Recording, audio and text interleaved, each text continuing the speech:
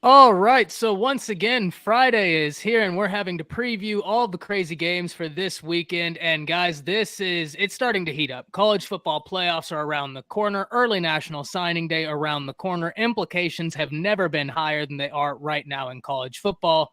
And because of that, we have got a lot of games we need to get into. But before we can do all of that, I need to let everybody on the panel introduce themselves. Guys, let the people know where they can find all of your great content. PG, we'll start with you, Drew, then Jance.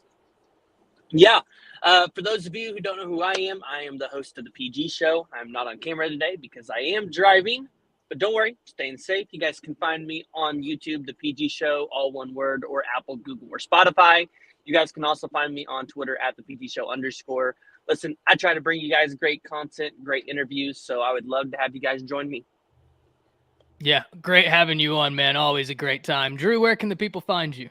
Oh, hey, same thing. Hey, what's going on, guys? Drew England here, Coach England One on Twitter. I am assistant high school football coach here in Tulsa, but I also do a podcast with a friend of mine. It's called the Under Official Review Podcast.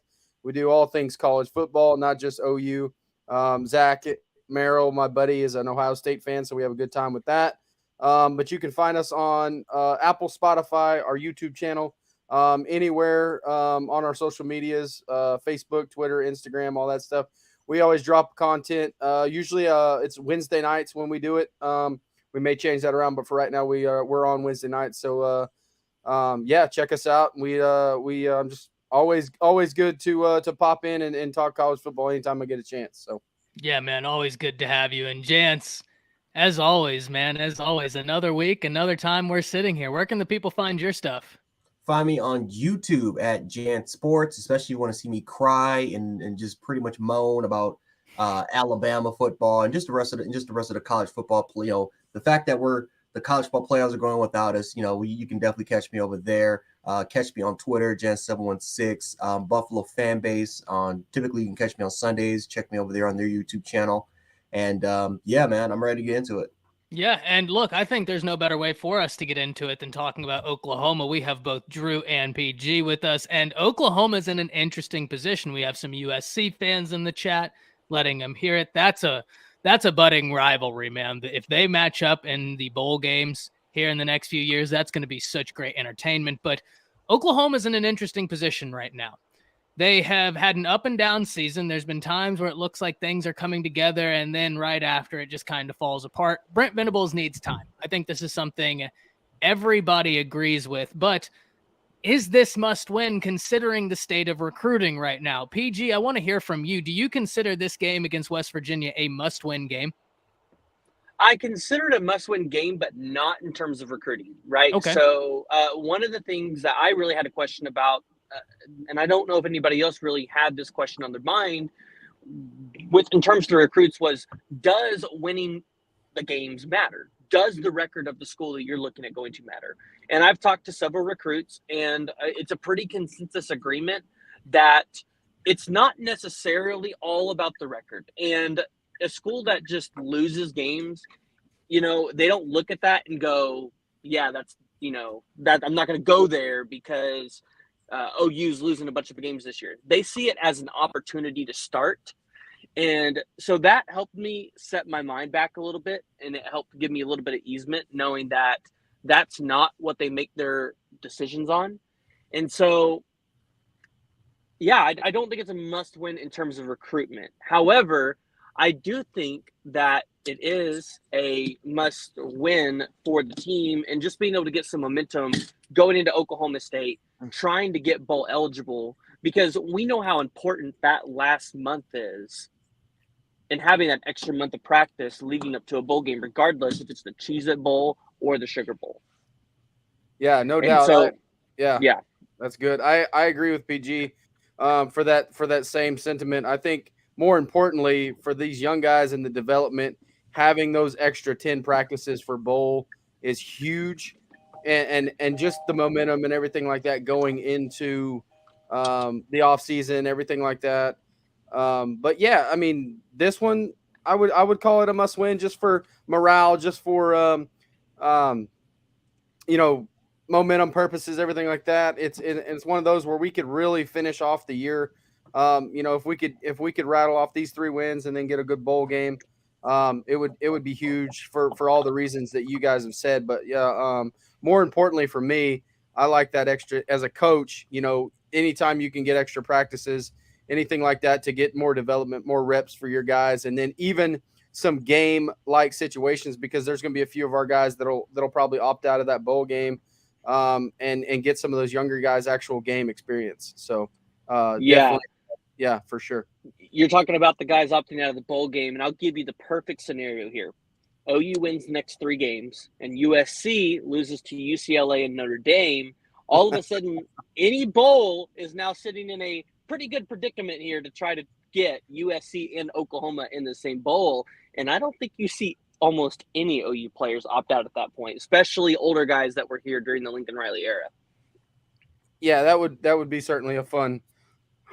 That'd be great for college football. We'll cross that bridge. I just want to get win number 6 under our belt first. So for sure.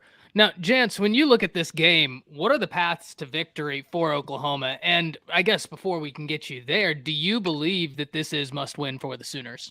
I don't believe it's must win for them. I think at this point, we kind of know what the team is all about at this point. We all know that Brent Venables kind of inherited not the best possible situation. Again, he didn't have the Lincoln Riley treatment.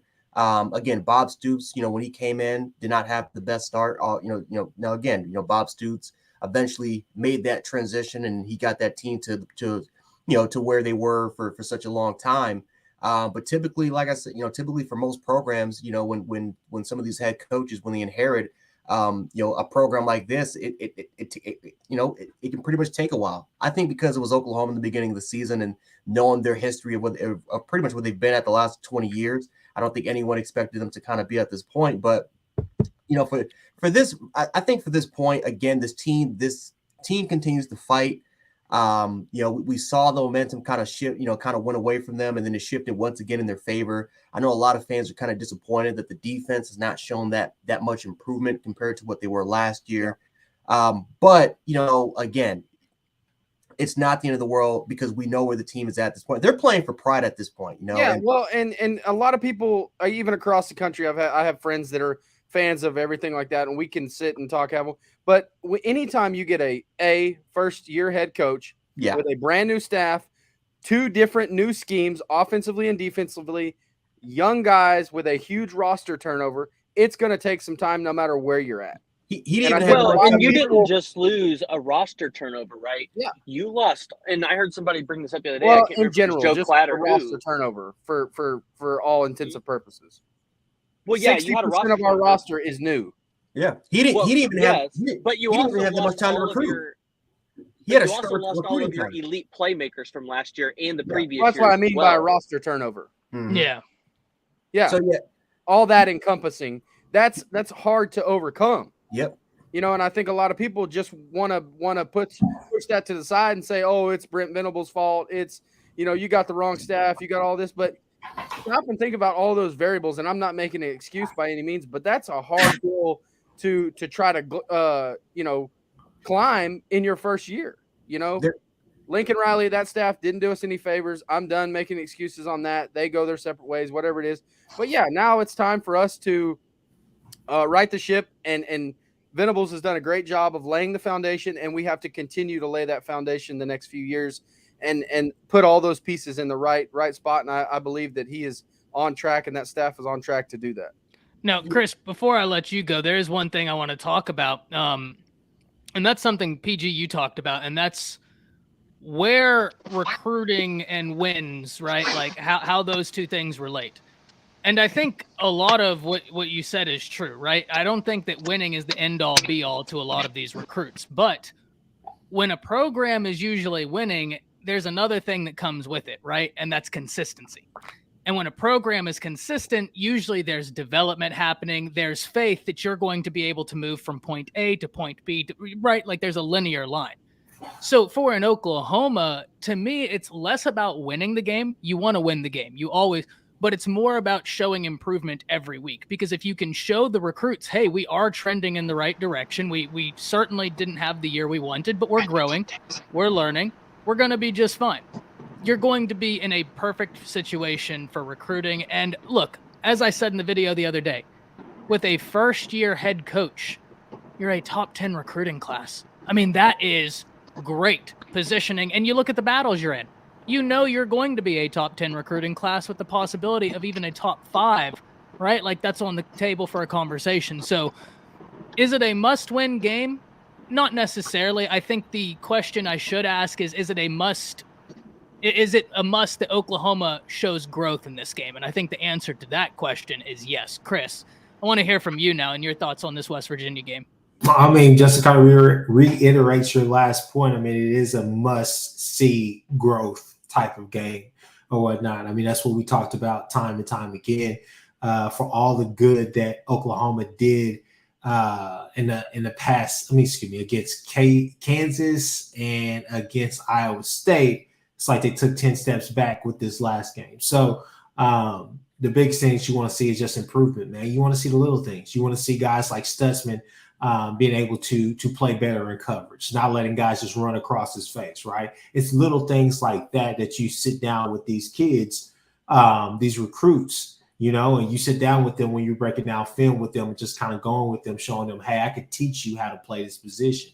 Because the whole thing is that you're saying, hey, look, this is a difference between us being a 5-4 team and us being a such and such or 1-loss, 2-loss team. You get what I'm saying? Because it's the little things that we don't pay attention to. We don't pay attention to detail on. Well, obviously, it's a lot of things that people don't see behind the scenes that, guys that follow it close and even have worked in coaching and understand just how a program runs don't understand those things. Chris, I think that's a great point that you bring up.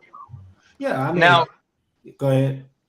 I just wanted to say something on the improvement piece since we're talking about it, because I talked to another defensive recruit. I'm not going to give his name out, but one of the things we talked about was, all right, so what does it mean to you to see the team improving week by week? And he says, well, right now in BB's first year, nothing.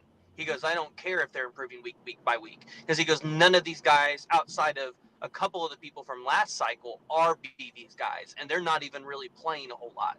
So he said, yeah, like it would be great to see improvement week in, week out, but he goes, you can't expect to see significant improvement week in, week out from guys that are not able or capable to run what Brent Venables wants to run. So he goes, I look at it and again see it as an opportunity to start, because there's guys that just don't fit that system. And, he knows the improvement and the development will come because of the track record that BB has at other places and at Oklahoma. Well, I just jumping back in here. I mean, I think that's a valid point. But I would say just in this game right here, from a fan standpoint and still from other recruits as well, outside of just that one, I think they are wanting to see growth or see how they finish down the stretch, because a lot of these guys are looking to see how do I fit. Obviously, they're looking at some of these guys' miscues, but at the same time, we know that, hey, you're going to have to be a pretty damn good freshman to come in and steal minutes from or playing time for some of these guys that have been there, because especially a guy like Danny Stutzman, a guy like Agwebu, even though Agwebu has been up and down this season, he'll come into year 2 next year in the system, But look, the biggest thing I know for me that I want to see is improvement against this West Virginia team who can throw the ball. Whenever they're consistent with their offense, they're a pretty tough team to beat. They're going to be at home. That crowd is going to be loud. They're going to be proud. They're still going to be going crazy. Neil Brown's fighting for his job, so I wouldn't be surprised if they threw the kitchen sink. Well, and they played some really tough, close games this year. Yeah. They went and first game of the season against Pitt, played a good game. They went and beat a pretty good Virginia Tech team, 33-10. I mean, you can say what you want about West Virginia. They're going to be ready to play. They, like you said, they're proud and they want to win a game too. So my last point on this, Ty, and I'll hand it back to y'all. But my last point on this right here is that you got to see improvement over these next 3 games. Our toughest opponent out of these next 3 games, and this is no slight at Oklahoma State, not at all. Texas Tech is our toughest opponent. Why? Because we're going to Lubbock, and they have a hell of a passing game. That quarterback there, they have the new one that came in for the Fields or the Smith kid, whichever one. He can sling the rock around. And that has kind of been a thorn in our side, especially with our alignment issues and just our coverage woes kind of not, I wouldn't necessarily say all the way in the secondary at times. It's really just been in the intermediary with our front seven as far as our linebackers knowing exactly where the hell am I supposed to go in this cover three or this zone scheme, right? So with that being said, you got to see improvement because West Virginia is a favorable matchup. Oklahoma State, as good as they played in spots this year, that's still a favorable matchup because you match up well against those teams. But Texas Tech has a better passing threat, in my opinion, than both of those teams. Not to say that we should take those teams as lightly, but I'm just saying that you have favorable matchups coming into this game and the next, and honestly to finish out the season. So you need to see improvement, and you need to see them honestly run the table in this three game span and go undefeated, at least in that sense. It really didn't matter what team we've had going into Texas Tech. We've always struggled going on the road to Tech. So yeah, I fully agree with you there, Chris, on that one. We always have a tough time in Lubbock for whatever reason. So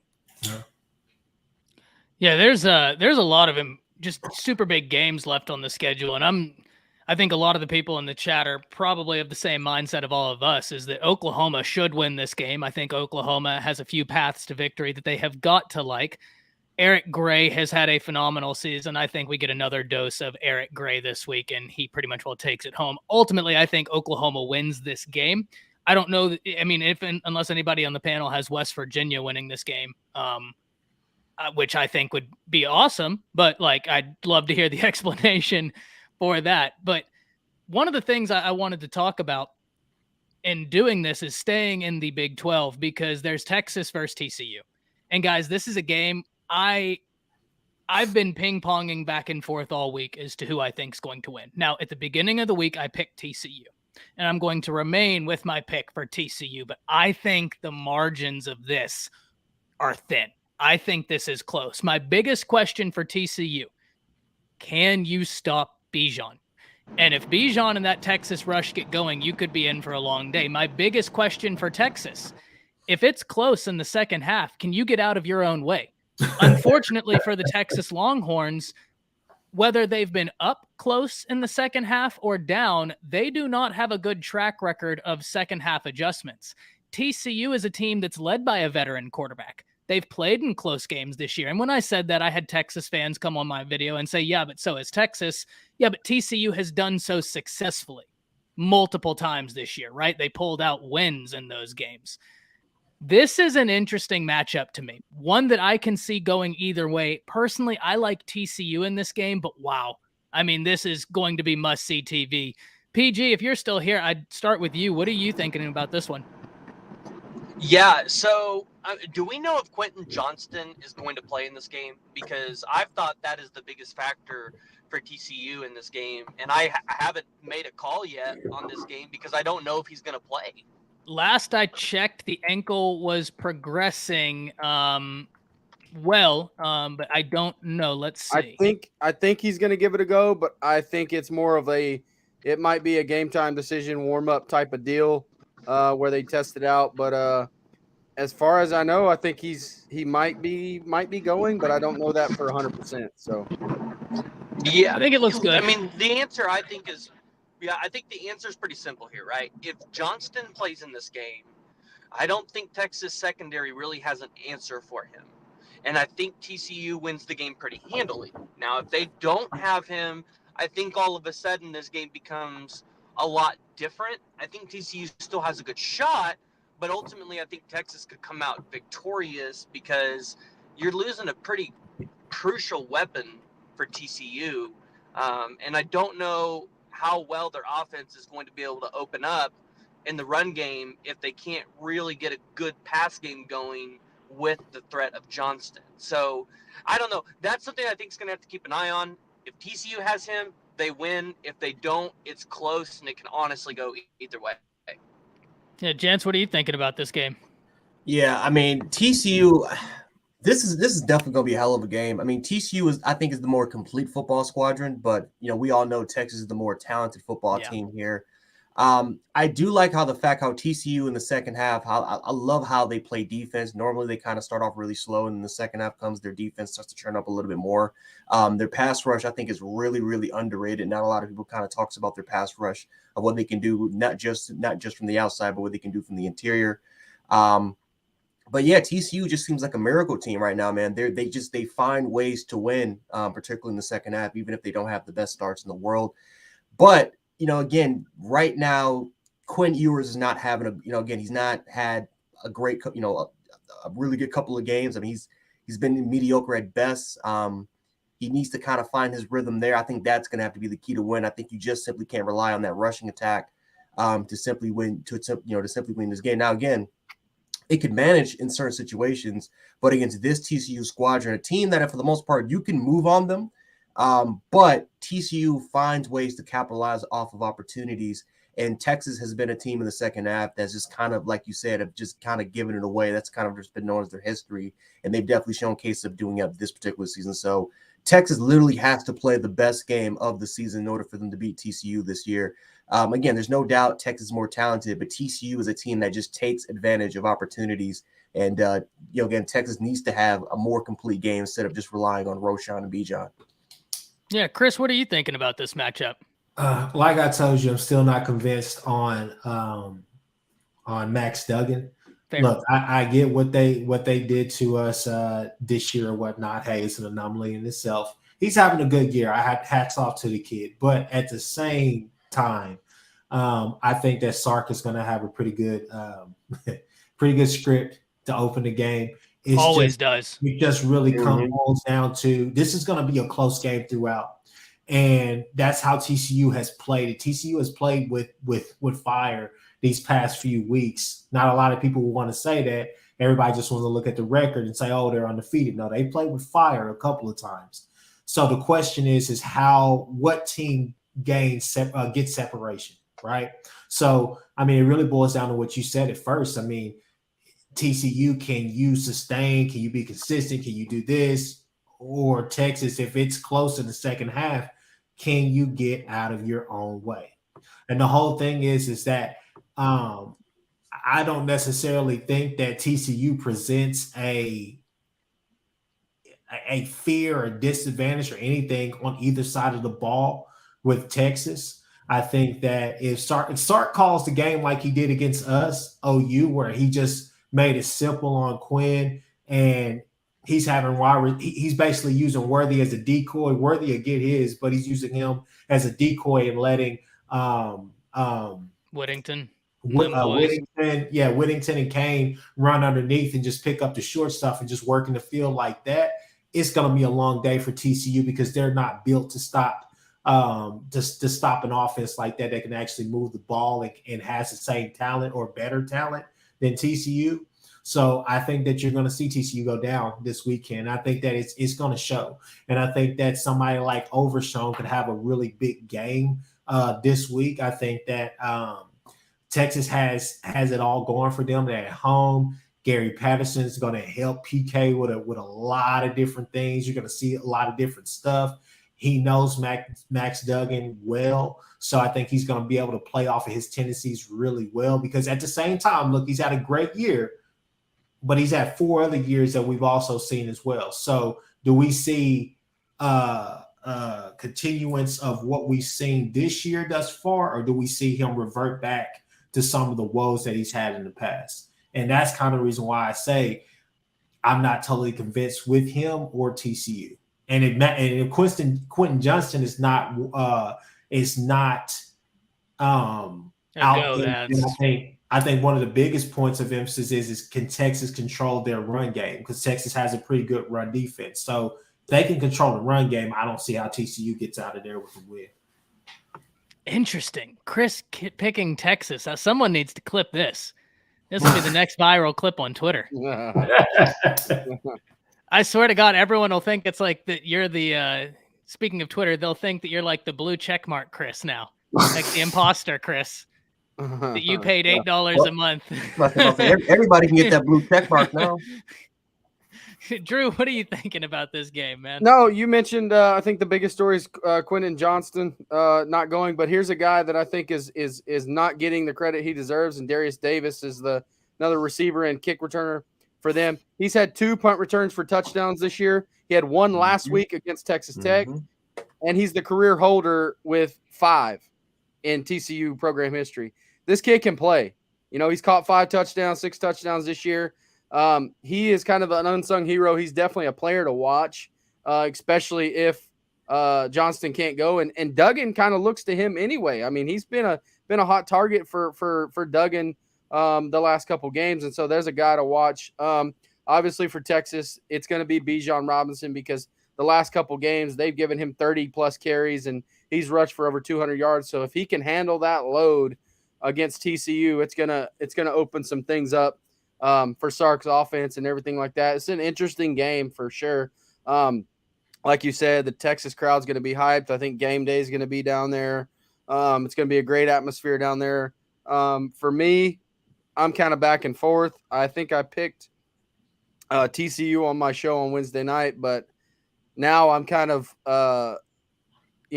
under official review, if you will, with, but I mean, I don't know, man. I don't know if I'm really like even It's comfortable close right now to make a pick.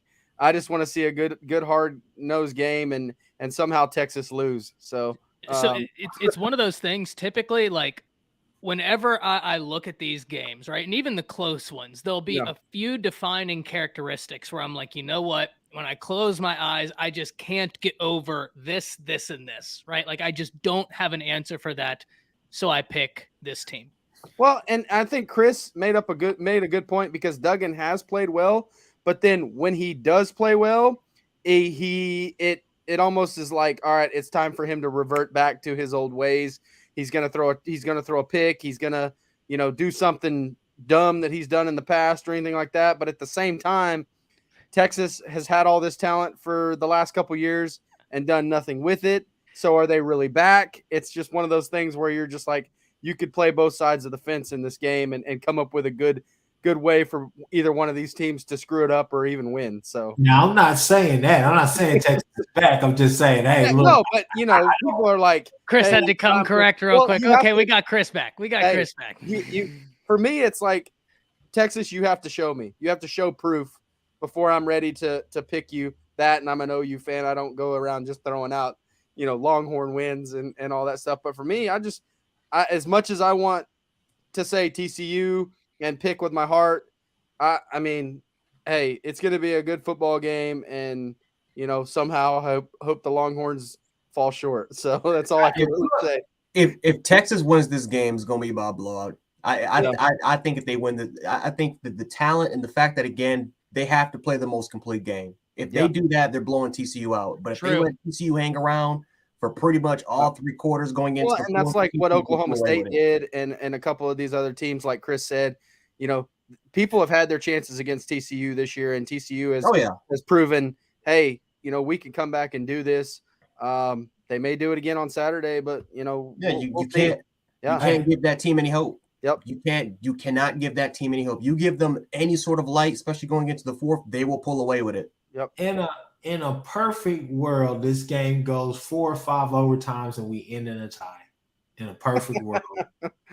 Yeah. If only this was the NFL regular season. No, jeez. My gosh. Maybe like a Jerome Bettis, call the coin toss and the referee doesn't hear you, or some type of stuff. Something tragic. Like Jeez Louise. Y'all are just wishing pain on people. Now we have a request. No injuries, just mental pain and anguish. Nothing physical here. We want everybody to continue their great careers, but absolutely. We want to talk about some Tennessee here because Ruggsy, thank you for joining us. He asked about Tennessee, wants to know if they can bounce back tomorrow. I don't know that we need to even spend more than 10 minutes on this, not because we don't want to. I just don't think that Missouri has any way to stop Hendon Hooker in Tennessee. I just don't see it. I think Tennessee blows out Missouri, and it just is what it is. Now, Chris, not so fast, my friend. Okay. Missouri against Georgia for. I was about to say, Chris is about to bring me Georgia. Hold on, hell. Hold on.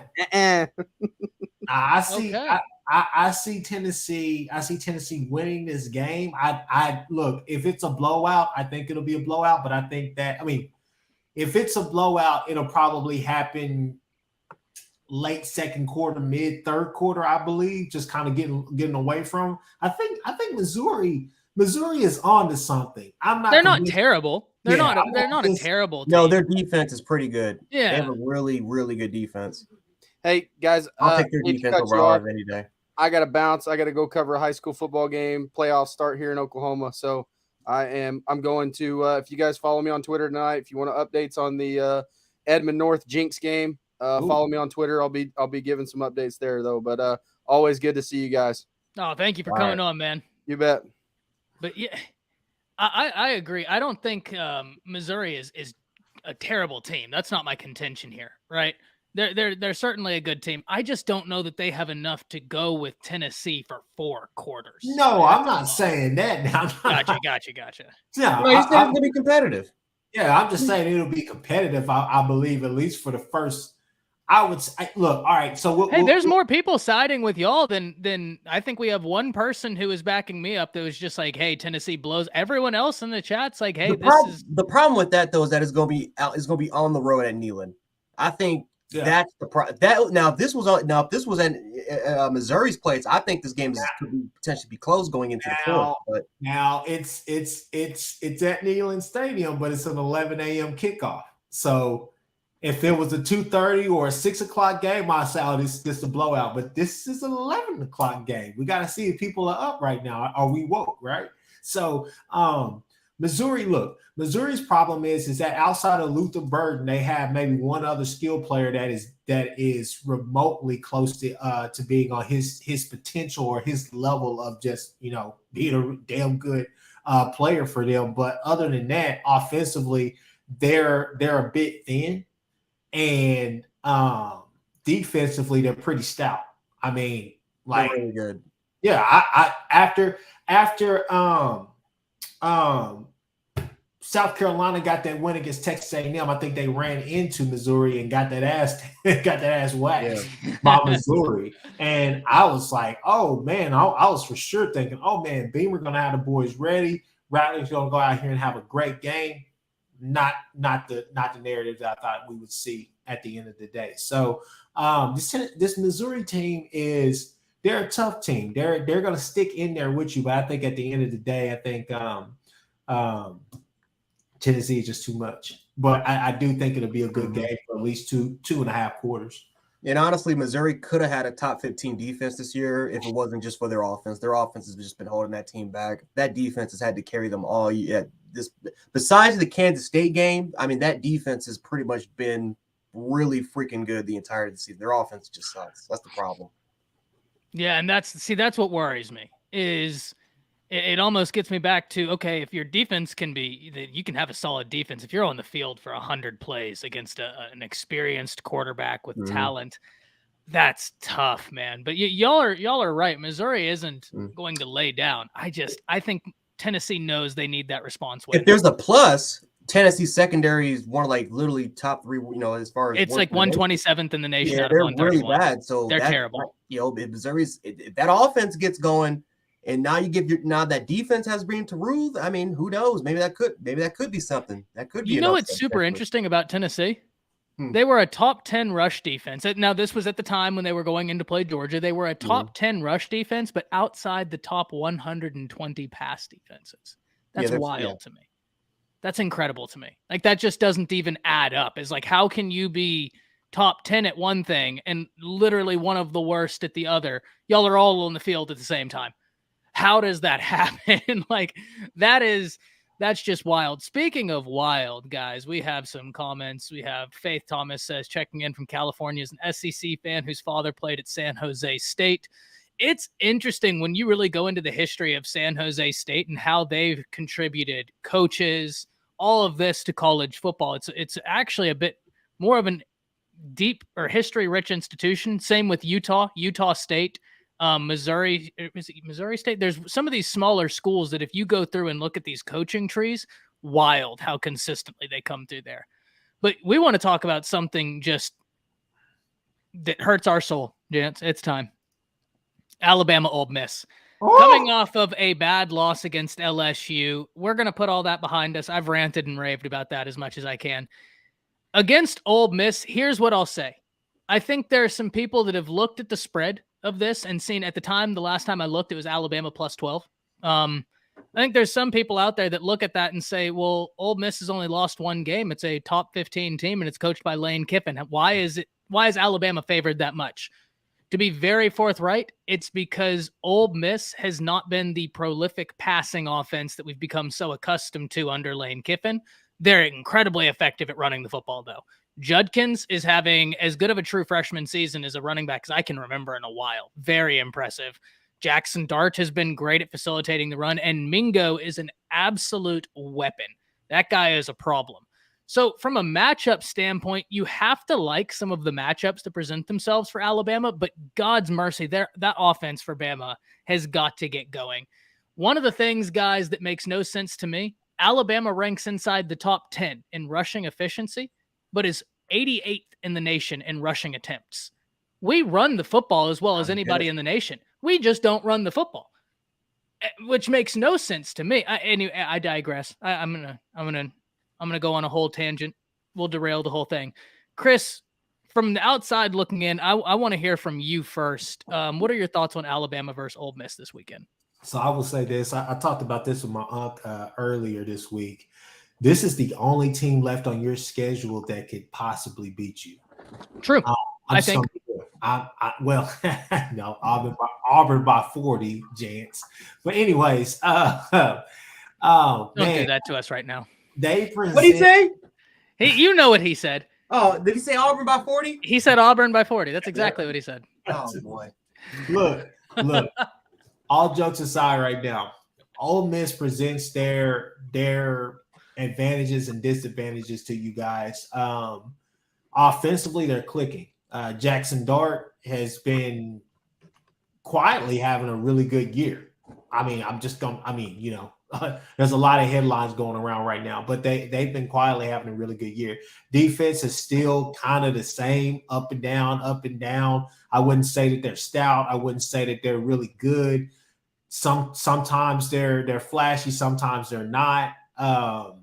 It just depends. If it's on a good day they're really good. On a bad day they're pretty bad. So and I know statistically people may differ, may say, "Oh no, you don't know what you're talking about." But I'm just saying from what I've seen with Ole Miss, not totally convinced. I feel like this is kind of a typical Lane Kiffin team that's rolling into this game. The only advantage they truly have is that they're playing at home. So you're just wanting to see how does Alabama react, or how does Alabama bounce back. And the biggest thing for me is, can we please get Bryce Young some help? Meaning whether that's from the booth or from the skill position. My uncle said, man, he said, look, this is the realization that I've had to come to about this Bama team. It's hard to really box these kids in against the 5 first-round picks that you guys have had over the past few years. He's like, when you look at these kids, you're like, yeah, they're highly touted. They're really good players that are highly touted kids, highly talented players coming from across the nation. It just has not clicked. For better or for worse, it just hasn't really worked out this year, in my opinion.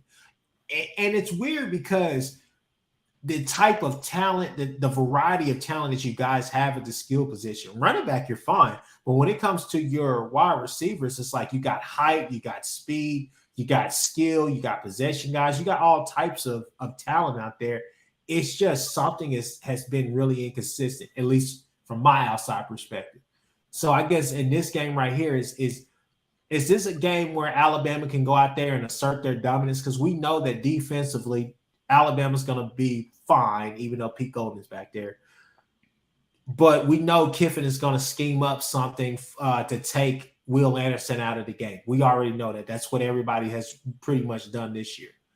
But offensively for Alabama, it's just, can Bryce Young get some help? Can he get some major production from one of his wide receivers? Or does this need to be a game where he nickels and dimes it down the field And then Jahmyr Gibbs is the guy who actually steps up and takes over this game. What are you thinking, gents? It's going to be the same like last week. Honestly, it's going to be a struggle. If we lose this game, honestly, this is probably the first Bama game I've probably since 2007, because I didn't have this feeling since I was in the third grade. Honestly, we lose this game, I can care less. You know, the only thing I really care about is that it's one step closer for Pete Golding or Brian or for Bill O'Brien to get fired. But no, this is going to be a very similar game like we had to last week. You know, for the most part, we all know Lane Kiffin. He has something in the pan for Saban. He's going to try to do everything he can to scheme up, find the weakness of this team, which there is a lot more weaknesses compared to what it was from last year's team, which is crazy because we practically had almost the same defense we had last year. And for somehow in some way, we are actually worse than that we've ever been for this year on defensively compared to what we were in the past. But no, happens when you roll out one defensive lineman. Exactly. We're running 1-4-6s and 2-4-5 type defenses with no spine. I mean, it's ridiculous. I mean, we're literally running one or two defensive linemen. Or we keep rushing Will Anderson inside the interior. I mean, but again, maybe we have no choice because there's nobody else that can step up to the plate on our defensive line. No, it's been a mess. You know, it's been a hot mess. And you know, like Chris said a little bit earlier, I mean, can we have anybody on this? Anybody can help out Bryce Young, because Bryce Young has had to literally do everything on himself, and Bryce Young's not healthy. That shoulder is torn. I don't know if it's a torn shoulder labrum, but it's not healthy. It's not good to go, and he's playing with it. You can tell that his effect is his accuracy. You can tell that is affecting the timing between him and his receivers.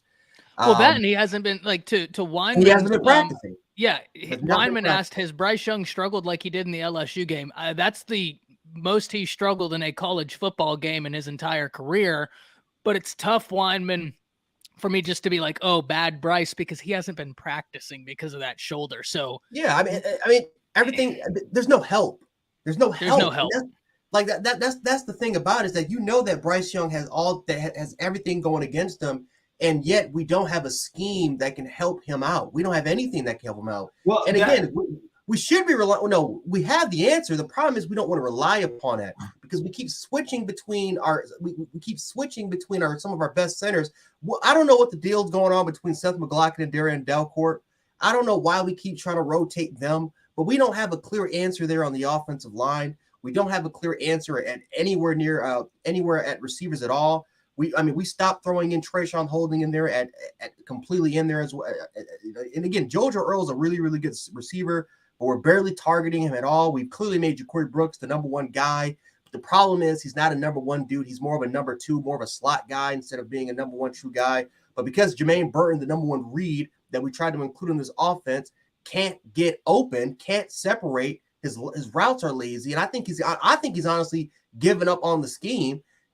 We now got to rely more on Ja'Cory Brooks, who's worked his ass off, but you can tell clear as day he's not a number one receiver. So that's why I'm saying for this game, it's going to be a struggle. Now, Ole Miss, they're not as good as LSU. They're a more or less talented version of them, but they play extremely hard. Their defense is not as good as LSU's, but their offense, their rushing attack is way better than LSU's. Jackson Dart, we all know can run. He's probably faster than Jaden Daniels. It's going to be a struggle bus. It's going to be a struggle for this is going to be a 4-quarter war. And we just need to hand it to Jahmyr Gibbs, and we'll be fine. They cannot stop the run.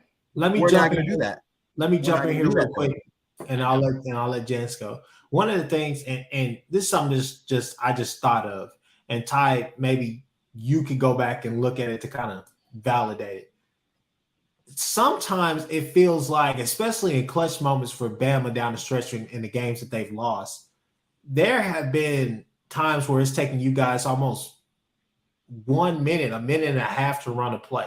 And what I mean by that is that the play clock is winding down. He is snapping it at the last second. And then there are times when the offensive line is blocking and you literally see him just holding the ball, just kind of standing there, just looking around for 20, 30 seconds or more, start running around doing this. And I'm like, damn, the wide receiver hasn't gotten open yet. And he's having to throw these incredible passes. Do you want to explain this, or do you want me to explain it? No, I'm itching. I'm He's itching. throwing these incredible passes across the field. They're catching it, but you're like, shit. Literally, what is it going to take to get him? We need to simplify this for him. Okay. And that last thing you said is exactly the word, Chris. Just because you have the ability to do something doesn't mean you always should, right? I got a car sitting out front. It might be ice on the highway. Just because that car has the ability to hit 100 miles an hour on a highway doesn't mean I should drive the car 100 miles an hour down a highway with ice, right? I give you that because from what I have been told, and I'm not claiming this as fact, right? I want everybody to be very clear here, even in the chat. I'm not claiming this as fact. What I have been told, essentially why it takes so long for that ball to be snapped, they give Bryce 3 plays, and he chooses. He sets the protections. He calls the audibles. He does everything. Bill O'Brien sits in a booth and does I don't know what, Chris. This is what makes me so angry, is because when we watch Texas play with Quinn Ewers, they simplify everything for Quinn. It's, hey, if it's not here, it's here. If it's not there, don't make a throw. Yeah. Boom. Easy. With Bryce Young, when Alabama's offense is at its best is when the play has broken down and it's only up to Bryce. Yeah. That's when we're at our most effective. That is insane to me that we have gotten graced with a quarterback that is so transcendently talented that we can win despite the inefficiencies of our offensive coordinator. That's why, Sandra, when you say Bryce Young is overrated, there's not a statement that could be more or further from the truth. Not one quarterback in the nation that can run Bill O'Brien's offense to a high efficient level that Bryce Young is doing. What Bryce Young is doing with Bill O'Brien's offense is miraculous. I've had so many Texans fans hit me up and say, "You guys, Bryce Young should be the number one. Yes, Bryce Young should be the number 1 overall pick for this draft because he's literally doing something that very few quarterbacks, even in the NFL, is doing right. They don't even. Josh Allen. You want to talk about one of the most complex offenses to run. Josh Allen, what he's been doing with Brian Daboll and right now is what we're doing with Ken Dorsey. He doesn't even have that much responsibility over the offense that Bryce Young is doing right now. It's insane. He's literally what Peyton Manning and Tom Brady were doing for years back during in college. We're asking a junior in college. I don't get it. And that's the whole thing, because I couldn't imagine if Bryce Young was playing for Sark with, I was going to say Lincoln Riley, Ryan Day. Hell, you can even throw Levy in there as much help, because Dylan Gabriel's doing a lot of stuff because he knows it. But at the same time, I mean, Levy's still calling it, still getting help. And it helps that you also have Joe John Finley down there on the field who was at Ole Miss with him and knows exactly his play style, right? So they're giving these quarterbacks tremendous help. C.J. Stroud getting a lot of help, knows the playbook, but still Ryan Day is the play caller. I couldn't imagine him with Lincoln Riley. I mean, as much as Lincoln Riley is right there, he hit the hip with Caleb Williams. I mean, you've seen it throughout his career, his tenure at OU. But, I mean, it's just one of those things that he needs some help. He needs it in the worst way. And I don't know, after this year, you guys still have a path to the college football playoff. We're not one of the 4 best teams. We're not one of the 4 best teams. You're right. And here's what I'll say. Yeah. Because when I say we're not one of the 4, we are. This is the part that kills me. On Alabama's best day, they can play with anybody. Can they beat everybody? Not my contention. Because I've seen what Georgia does this year. That is, I am one. You asked us earlier, and I've been meaning to get to it. What I think of Georgia this year, and can they repeat? Yeah, they can repeat. They are damn good. What Kirby is doing is so impressive. Go ahead. And the funny part is, if we play Georgia right now in a neutral field, if we play Georgia in Atlanta, I think we have a chance to. I think that's a 50-50 game. We have a phenomenal chance to win that game. We just can't get out of our own way. And that's the problem. We can't live up to our potential. And Justin Riley, he's in the chat. He can tell you, because he talks to Bama players all the time, man. As far as players not living up to the standard, not living up to expectations, continuing to not really do the things necessary for them. These guys, again, Will Anderson, there was mention that he had anxiety or that the players had anxiety or something like that. I don't think they have anxiety as far as entering certain stadiums and that they're so fearful of playing in there. They're fearful of the game plan. Yes. They're fearful of playing with Pete Golding and Bill O'Brien and trying to execute it, because I'm telling you, they take a look at the plays that are being called from the sidelines or wherever the hell is being called from, and they take a look at that and says, we gotta wait, what, you want us to execute this play where there's no spy in the middle of the field? So if Jaden Daniels if he gets past us when there's one defensive lineman there, that's 30 yards. Do you want us to run that? The problem, from what I hear you guys, it's not for a lack of effort, but I think from listening to you guys, it's just a simple fact that players are thinking too much. And I think this is something that we could group OU and Alabama in the same boat. Players are thinking too much on both sides of the ball, but especially defense, in my opinion. And I think it's coaches, right? Yeah. And did you see College Football Nerds video, Chris? They did this week. So when we get out of here, you got to watch it. Right, a 1-4-6 and a 2-4-5, man, and just some of the worst possible situations you could be. That's when I saw that live, I was thinking to myself that Pete Golding is gone. No, you already know how I feel about the three. You already know how I feel about when a defense trots out 3 down linemen. I'm like, hey, you better be damn impressive, because right now you're saying to them, run at me. Chris, we had 1 defensive lineman. We were asking our linebackers to rush against our outside linebackers to rush against guards and our inside linebackers to go against tackles. Nobody over the middle, 1 defensive lineman. They got torn up at the line of scrimmage. What's interesting is the film showed our defensive lineman was getting penetration. We just didn't have the meat anywhere else. It is what it is. And I think another reason why is that this scheme, the funny part is it could work because we've seen it work in the past. We've seen it work in the past before, but we also don't have the right players to fit this scheme to execute it, to really execute. Like, for a perfect example, at linebacker, they really do. Christian Harris would have been huge this season, because guess what? Not because he's instinctive, not because he's a great sideline linebacker, but because he's an extra pass rusher that Pete Golding can send in those extra blitz situations. You could just send him, and that is literally an extra pass rusher that you have. Jalen Moody's not that type of guy. He's more of a thumping type of linebacker. Henry To'oTo'o is more of a literally sideline to sideline, and that is literally it. He cannot do anything else at a good level.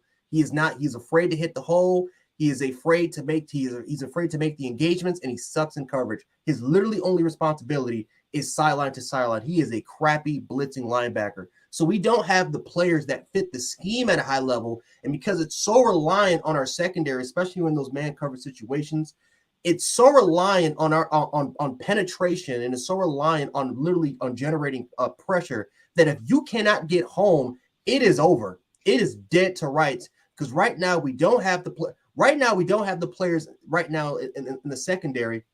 Or I actually think we do. We just don't have the right players on our front seven. This is a team that is full of great edge rushers. Chris Braswell has been, again, he has 1.5 sacks, but he's been playing excellent, generating a lot of pressure every time he's in there. Dallas Turner's had a great season. Will Anderson's had a great season. We've had phenomenal edge rushers, but we haven't had those really, really good interior defensive linemen and again, Pete Golding does not do any favors by helping these guys out, but our linebackers are the weak point of this defense. And if we can't generate any pass rush or any sort of pass rush, or not even say that, because we generated the pass rush the interior on the outside, but if we can't direct any penetration through the middle of the defense and cause disruption, it is dead. It is dead to rights. And that's how you saw LSU barely with the passing attack continue to thrash Alabama, because we did not scheme up properly well. And honestly, Pete Golding was stubborn enough not to simplify the defense in order and to make adjustments to stop LSU. LSU did that after the first. LSU did that throughout the entirety, not just through this game, but through the season. Yeah, that's the worst part. It was nothing unique. Adjustments for Harold Perkins, and they say, okay, Harold Perkins, we're not going to make this defense complex for you, too complex. We're going to literally, you have 2 jobs. We're going to have you spy, and we're going to literally send you as an extra rusher. That's all you have to do. That's your responsibility. And that is what Alabama is missing. It is too damn complex. It's not being simplified enough. We don't have the right players that can fit this scheme at a high level. And we've seen for both Bill O'Brien and Pete Golding that they can't get it right, and that's why both of those guys need to be fired. Man, I could go on for so long. We can literally talk about this for about an hour. I don't think Chris, it's bad whenever, I had a bunch of my buddies over at the house over the weekend, and we were watching that Alabama game. And my former roommate, PJ, he played college football. He was a cornerback. My other buddy was texting me Denzel, right? Like, I'm talking to Denzel during the course of that game. Everybody sitting there is like, y'all's play calling makes no sense. It doesn't, nothing adds together. Like, you'll have two runs that are great, and then you'll completely abandon the run all drive, where then you'll go first down pass, second down pass, third down pass. Then you'll realize maybe we should start running. And then it's so predictable because you'll only run on first down. Mm-hmm. And it's just like nothing is adding up. I just think changes have to be made. Like, it's that simple. It is just unfortunate. I did want to talk about this because Mo Money Dog says UGA wasn't supposed to be here because all the talent that went to the NFL, or at least that's what was said. But what happens when UGA returns this squad? Look, the future for Georgia right now is very bright, and I don't think there's any conversation that could say otherwise. And, I know being a Georgia fan, it was probably not, you probably disagree with the notion that people had that, Georgia wasn't supposed to be here this year. But I mean, from a logical perspective, I don't think people were contending that Georgia was going to fall off, but for y'all to be where you are with what you just lost, it really underscores how impressive what Kirby has done is, and don't undermine that. And what I mean when I say don't undermine that is like, it's probably best to admit that, because by admitting that, you're admitting what a great job Kirby's done, as opposed to being like, oh, well, this is what's supposed to happen, in which case you're minimizing the impact of what the job y'all have done is. And Georgia, I can't say it enough. I am so impressed with the defense. I'm so impressed with the offense. Todd Monken was one of the best hires we've seen in a while for what he's been able to do for that offense, creating things that make it work. Y'all's tight end room is sensational. Just unbelievable. And it's a great football team, man. And hats off to y'all. It's going to be really interesting to see what y'all do. Now, one more game I did want to kind of talk about tonight. Frightening says, yeah, that 1-4-6 defense blitz, though. And the craziest thing about this? That wasn't the cheetah package. A lot of people have been saying, oh, well, that's the cheetah package. No, because we didn't have all three of our outside linebackers in.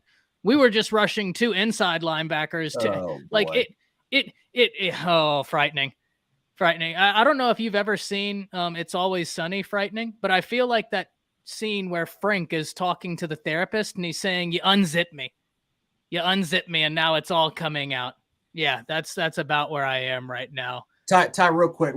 I'll say this before we move on. The one thing that scares me so much for next year is for two things. Number one is Nick Saban's loyalty. We all know he's a very, very loyal guy, and my fear is that if Bill O'Brien and Pete will, I know Pete will stay. Bill O'Brien, that's my number one fear, is that he will stay.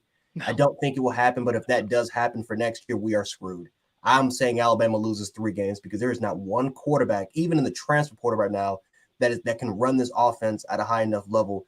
Not to mention the amount of roster turnover that we're about to have next year, and the fact that now we're going to force a lot of these young guys that haven't had enough playing time. They're going to be in a position to play. That scares the absolute crap out of me. Again, we'll have players there, but for the most part, you're now bringing in a recruiting class that has to look up to a lot of these guys for a leadership perspective, which is also another huge problem that a lot of former Bama players have said. The leadership on this team has been absolutely god-awful, and some of the players on the rosters even said the same thing too. Now these young guys have to look up to those older guys for leadership and guidance of what the Bama standard actually is, and we don't have any of that going into next year, because a lot of those guys that were on that championship squadron are going to be gone, or there's going to be few of them that even remains. But the scary part is, at least for this year, we have forgotten of what it took for us to get to that point. And a lot of those dudes on quote unquote the most experienced Bama team we ever had, we have completely missed the mark this year. So I'm more worried about I think it's going to get worse next year, me personally. Before the future in 2024 and 25 can get brighter, I think right now we're going to be in a little bit of the dark days. I think it's relative, right? Like, it's still a very talented team. So I think dark days are probably relative. Like Alabama's dark days right now probably look much different than What I mean, dark A&M's days, dark like 2 days, right? losses, Like 2 losses or 3. I mean, like 2, 3 losses for some program. That's like, wow, that's a hell of a year. But it's not 5, 6, 7 losses. I'm not going in that direction. Let's talk about this topic. Faith, what topic is that? Comment it again, and we'll talk about it. Absolutely, college football chess king. Yeah, talk about the topic. Comment the topic you'd like us to talk about, Faith, and we'll get into it. Oregon is going to lose one more maybe tomorrow. Oregon is an interesting team this year, man. Dan Lanning is a super interesting person. There's a lot of talk around him. But yeah, tomorrow, and look, guys, I've said this. I love this Washington team. Do y'all realize as we're sitting here talking, Michael Penix has 3,200 yards on the season? Like, this dude has been lights out. Yeah. Such a good game. If you're talking about a game that's probably flying under the radar, for me, it's that Washington-Oregon game. Yeah, and they should improve next year for sure. The top 25, when that's released next year in the preseason, it's going to be pretty interesting. It's going to be loaded with a lot of really good teams. But yeah, look, I think at the end of the day about Bama, and I know we'll move on. Look, similar to us, and I know you guys have Bryce, and I know you guys had those super expectations. Hell, we did too. But I think the thing is that kind of it's growing pains right now with some of these younger wide receivers, because it's kind of the same thing with pretty much our entire squad right now. But you guys are feeling that in some honestly in the wide receiver room. You got a bunch of guys who are young who this is their first year being that guy, being the starter in those starter roles, playing significant minutes, having to go through the rigors, So it's just one of those things where you kind of got to take your lumps and go through it. It's just unfortunate that Bryce won't be back next year, and that you guys will be working in. I mean, Milroe, Simpson, you guys. I mean, hell, you got 2 quarterbacks coming out, and you got a 2024 quarterback. So, and that 2024 quarterback, Julian Sand, oh my God. I'm just like, damn. I was telling my uncle, I was like, I mean, I don't know how they're going to keep all these kids. So, probably not going to be able to, but what do you do? I was like, literally, you're full. Because I was like, you got Milroe, you got the Simpson kid, you got these 2 kids you're taking in this class, then you just get the number 2 quarterback in the 24 class. I was like, somebody going to be pissed off. It's going to be another Blake Bornwell situation. So, yeah. It's going to be super interesting. That's the quarterback position. Yeah, that's a name. And I feel better though. Like, and I realize right now, and there's no. Let me preface what I'm about to say when I say this, because when I first say it, the reaction could be, how did he just say that? Because Weinman, you're right. Chris, you're right. Jet, you're right. You're going to feel Bryce Young's absence. As long as Bill O'Brien is not there, I feel confident in a quarterback, because I feel like there's an offensive coordinator that can actually put together a game plan for a quarterback to maximize their strength, as opposed to just giving the ball to Bryce and say, hey, whatever you feel inspired, do. That works for Bryce because, and I think I've said this before, Bryce is like one of the top 10 highest rated quarterbacks of the modern era coming out of high school. Like, he is one of the best quarterbacks since rankings began coming out. That is how highly touted he was. You listen to his coach at Mater Dei, and guys, that's a program that's put out Heisman Trophy winners, and the coach there has been there forever. And whenever he talked about Bryce Young, he's like, yeah, he's been the offensive coordinator here since he was a junior. He's called all his own. So his football IQ is just nuts. But Chris, to your point, and Weinman, to your point, you don't have that next year. So you got to have someone that's going to formulate success for your quarterbacks. And that's just paramount. Frightening says UT Bama is going to be interesting next year. Yes, it is, because we have got to have some sort of response to be able to contend with y'all's offense, and that's got to be situated this year. That's got to be situated this offseason. Hold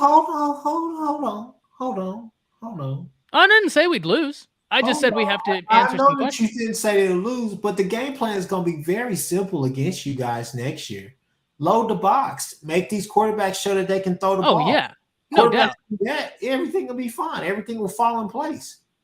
Everything will fall in place. You got Jahmyr Gibbs, the running backs that you guys are recruiting, the running backs that you guys have on if McClellan is McClellan still healthy? I've watched. He's been playing. He's been. I swear, it's like I take my eyes off the screen. I must be flipping through channels too much. But what I will say is this right here: you guys will be fine as long as you can defeat that and make people actually respect your passing game. It's easy. If they want to load the box, kill them. I agree we're going to be fine, but we do have a lot we got to figure out. And Texas, on the other hand, right, like they'll still have Worthy. They might not have Bijan, but they've got some running backs, and even then, you don't have Bijan. They got some young guys, man. They got who is it? Is it Blue? Blue. One of those young guys I really liked coming out of high school, and to be fair, I haven't seen enough of him this year. Jaden Blue or something like that. It's one. They have two running backs I really liked. One of them I got to watch in person, and I was just always thinking, no, it's Brooks. It's Brooks. Very, very. He was like a 3-star coming out of high school. Dalton Brooks, his cousin, is going to A&M, or he's committed there right now. That whole family is wild. How athletic they are. But Jonathan Brooks, I'm really rooting for him. He's a really good kid, or at least when I got to meet him. So. But they'll still have Ewers there. He'll be developed. Worthy's going to be a problem next year as a junior, and then a year at Brennan Marion. So that is going to be a Brooks had 3,000. It was Brooks. It was Brooks. That's exactly who I was thinking of. Yeah, and then Baxter coming in. So that's going to be a very interesting game. It's just, God, there's so much that's got to happen. There's so much that's got to happen. Well, guys, unless y'all have a game that y'all want to get to, we'll hop out of here because I gotta go to a fiance's party. So, I'm trying to think of any more games to think of. Pack has got some games. Oh, okay. How about them Bills? Oh God. I don't even. We might lose that game. I don't think Josh is going to be playing this week. And honestly, we are in it. Same like Bill O'Brien, man. I feel like Ken Dorsey and Brian Dable, man, when they were here, it's kind of the same thing. We refuse to run the football. If our best running back is Josh Allen, we're not going to give the ball to Cook and Singletary, and we're just going to continue to throw it. And if it doesn't work, continue to go at it. Well, I can't talk with them Cardinals, boy. It's about as hot garbage can be, right? Yeah, yeah, it's bad. It's bad. The Seahawks are the best team in the West. Who would have thought of that? Who would have thought of that? Wow, it's a strange year in football. Go ahead, Ty. I hope he'll be first string Truth, but I just got to see it, man. I've just got to see it. He had the opportunity for that to basically be the case at Alabama, and that didn't end up coming to fruition. It ended up actually going in a different direction, but he is incredibly talented, so it's going to be something to watch. But with that, guys, we'll be here Monday to talk about all the games that happened, and there's going to be some big ones. Texas, TCU, we got some pack action to talk about, and God forbid Bama pulls out a big win, which is going to happen. We're speaking it into existence. Auburn's going to lose by 40. You see what I did there, Chris? And that is what it is. So, yeah, it's going to be fun. Jance, Chris, let the people know where they can find you. Yeah, find me at YouTube, Jant Sports, Twitter, Jant716, Buffalo Fan Base. You can catch me over there as well. And yeah, man, like I said, Saturday's about to be a crazy week. We got some good games going on. I know some of the games we didn't talk about. Wake Forest, North Carolina, that game's about to be insane. That game is going to be a shootout, battle of the Carolinas. Does it hurt? How much does it hurt that Drake May was committed to Alabama? And decommitted. We could have. I mean, we had Bryce. Sure, but it's just the fact that if he would have been willing to sit 1 year, next year with Drake May would have been wild. Yeah, well, when you have a competent OC, that you can do great things. I wish we could add North Carolina's OC, but I don't know, is what it is. But yeah, that's going to be a great game. Syracuse, Florida State should be solid. Yeah, we got some good games going on. Kansas State, Baylor that's like an under the radar Big 12 game that no one's really talking about, but still, because teams are still fighting for second place there, so that's still. That's gonna be a flashy one, but yeah, man, can't wait for Saturday, and hopefully we can talk about that next week. All right, guys, you can find me at the Horns Down Pod on Twitter. You can find me at Chris with a K on Twitter as well. Horns Down Podcast on YouTube, Google Podcasts, Apple Podcasts, Spotify, wherever you get your podcasts at. Definitely check us out. We've got a lot of great content. Simple as that. Horns Down. I hope TCU loses. Hell, I hope Texas loses every game from now on out. I got Texas in this game tomorrow. I'm sorry. I just can't go with Max Duggan. I just can't. Hear it now, Texas fans, because you may never hear it again. Chris just picked the Horns to win, so relish it. I'll give you a moment. Let it marinate. Right? Let it marinate. Let it season, and we're out. We'll see y'all next time. Auburn by 40.